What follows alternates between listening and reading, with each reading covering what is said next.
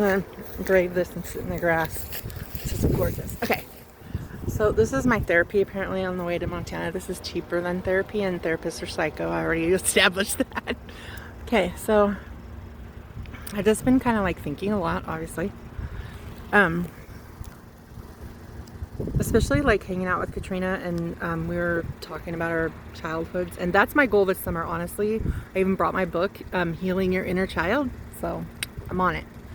But okay, so my whole generation were raised by abusive parents because that's how they were taught to parent, and that was considered good parenting.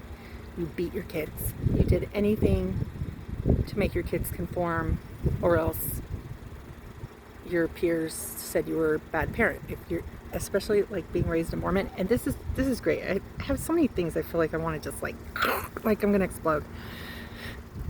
So I was raised in, rural California, and I was raised a Mormon, and no one knew what Mormons were. I was an outsider as a Mormon, and then when I was 29, I moved to Eastern Idaho, where everyone was Mormon, and I was like, you know what? I don't want to do this. And I actually took my name off the Mormon records a long time ago, but years and years ago. But and then I became an outsider because I wasn't Mormon. I've been through a lot, you guys. But anyway, but what I was thinking is about, so I was the middle child raised in a strict household out in the country. I don't know. I had a rough time. I had a bit of a rough time, and I was always like the black sheep kind of. I don't know. I still feel like I'm always everything I do, that I'm being, like this disapproval of everything I do, and I don't even, just from like, because I feel like when I was growing up, everything I did was disapproved of by my older siblings and my parents, and I don't know, my younger siblings maybe not, but my older siblings definitely. And honestly, yeah, I mean, it was rough. So anyway, I got pregnant on my 17th birthday, and that was like my escape. I don't really think I did it on purpose, because this is TMI, but it was the last day of my period. So I was like, well, you can't get pregnant, I'm not worried. And it was August 31st, and then Holly was born May 26th. It's less than 9 months if you do the math. So I don't know, but anyway, so I was able to get out of my house. That was like my escape from, my house. And my ex-husband Jason, he actually we had a good marriage. He was a very nice guy. He loved our kids, and he honestly was the only person that I ever felt, oh my God, I'm not gonna cry, was ever on my side. But then he had his midlife crisis. While I was going through nursing school, he was hiding things, doing some really shady shit, not really taking good care of the kids. Anyway, and so then I had all the stress of nursing school, and then when I got out, I had my midlife crisis, and I went crazy. So I never wanted a divorce. I told him I wanted a separation, because I don't know, I just felt like, I don't know. Anyway, but he said, if we separate, it's going to be permanent. So finally I was like, okay, well, I need space. It was like, I see someone else going through it right now, actually.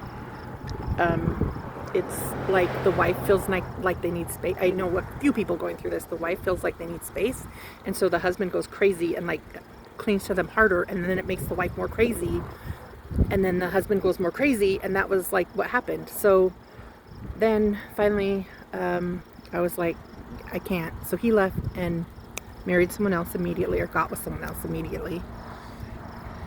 And I started dating this guy from work, and he had actually encouraged me to get divorced, to leave, to get rid of my ex-husband. And then he, after about 6 weeks, dumped me and was like, what? You're crazy. I never liked you. I never said you should get rid of your ex-husband. I never had any plans for us. Yeah. So that was my first experience with men being the way they are. I mean, I didn't know that was the thing, and now that's all I see. That's my whole reality, is like men don't know what the fuck they want. They say one thing, they do another. I don't fucking know. I don't want it to have anything to do with men because they make me miserable, okay? I'm getting back to that. Trust me. I'm going to get back to that. I don't know how I got anywhere else but there. Okay, anyway. So what I was saying is Jason was my ex-husband was the only person I ever felt like was on my side and actually was like for me. And he took me out of that, family where I felt like everything I did was disapproved of. I didn't feel like I was treated well. I mean, I know my parents love me and everything. They do, and they meant well. I'm not saying my parents are bad people, trust me. I'm not saying that at all. But they did what they believed was right. Anyway, okay, so when my ex-husband left me, he went to my parents because he didn't really like his family all that much. He'd been closer with my family. I always said this, and I swear to God it's true. My mom liked him better than she liked me. Look, there's grass. Anyway, yeah, so he went to my parents. He and that new girlfriend who became his wife, her whole goal in life became to turn everyone against me. I got screwed over financially. I was pretty much just emotionally destroyed. He moved to a different state, so here I am. I have like no real family support. I just can't even tell you. I was just destroyed. I was absolutely destroyed. So anyway, I sent my kids to live with my ex-husband and his wife, and then my kids were mad that I did that, and I look back years later, a few years later, his wife was literally delusional and insane. And toxic and crazy. Anyway, but she had posted things on Facebook that literally contradicted each other. She said that they were fighting for custody, which was not true, because we were absolutely in agreement. We still had joint custody. He was just going to have the main, oh God, I can't think how you phrase it. He was going to be the main custody person instead of me. I don't know. Anyway. But, okay, so anyway, she posted on Facebook that they were fighting for custody, and then she also would put that I had just dropped my kids off and just abandoned them there. I can tell you some of the things that kind of like destroyed me. I mean, I was literally destroyed. I was out of my mind. Like, at one point, I wound up in the psych ward in New York for 3 days. That was before I sent the kids to live with. Oh, and that was more lies that they put in actually legal paperwork. These lies that she made up, that I had been in rehab, that they had taken the kids from me. Like, these are the kind of people that I've had to deal with also for all these, a lot of years. He finally got rid of her almost 2 years ago. Anyway, but where was I going with this? Okay. Oh my God, I totally lost my train of thought, you guys.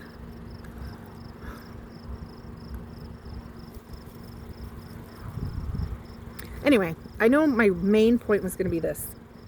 So in my life, I mean, I've had a lot of friends and friends that have had my back, and that is good, and I appreciate that, and that is great. But as far as like a person, a family member, someone who really, I don't know, who like I felt like had my back and was like, that was my ex-husband. But when he left me, he turned everyone against me. So literally my family, my car's overheating. Or something. Anyway, so my family like turned against me, literally. My kids.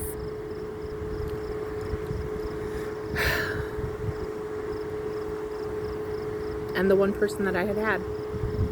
It was very hard. It was insanely hard. I didn't think that I would make it through that. And some days I don't know how I did. Anyway, so that's what I'm going to work on this summer, is like working through whatever that bullshit I still have left over from that, because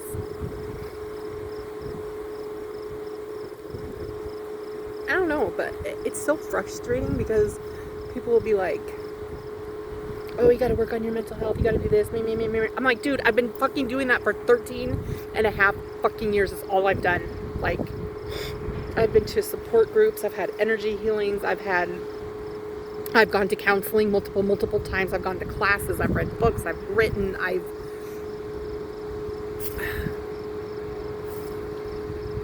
much are you supposed to fucking do? You know what I mean? Like, okay. Anyway, alright, well, anyway, I'm in Montana, it's really pretty.